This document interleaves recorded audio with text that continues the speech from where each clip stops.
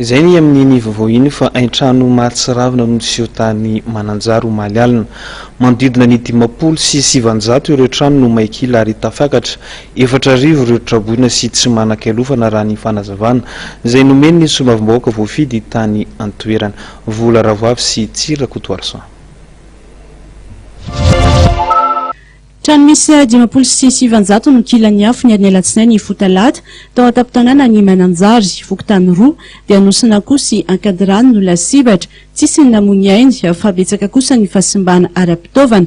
Olona trany amin'ny 4,000 no tsy manan-kialofana ny antoerana araka ny tatitra nataony deputeny Mananjary Ramparany Antelme. Ary manao antsoava amin'ny tompon'andraiki-panjakana manomboka amin'ny filoham-pirenena mivady amin'ny maray aman-dreny malagasy rehetra azy sy ny prime ministre ary ireo membre ny gouvernementa, eo ihany koa ireo zanakam-pelezana sy ny tsara sitrapo rehetra mba hitondra vonjy ho an'ireo vahoaka traboina izay misy any amin'ny 4,000 amin'izao fotoana izao ary misy trano any amin'ny 570 no may.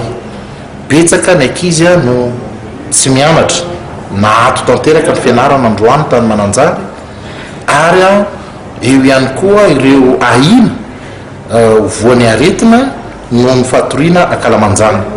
Sisy niangana ny fananan'ireo maitrano ny sakafo ny kojakoja sy fitaovana fampiasa andavanandro miampy fitafiana no tena ilain'ny mponina kilatrano any Mananjary.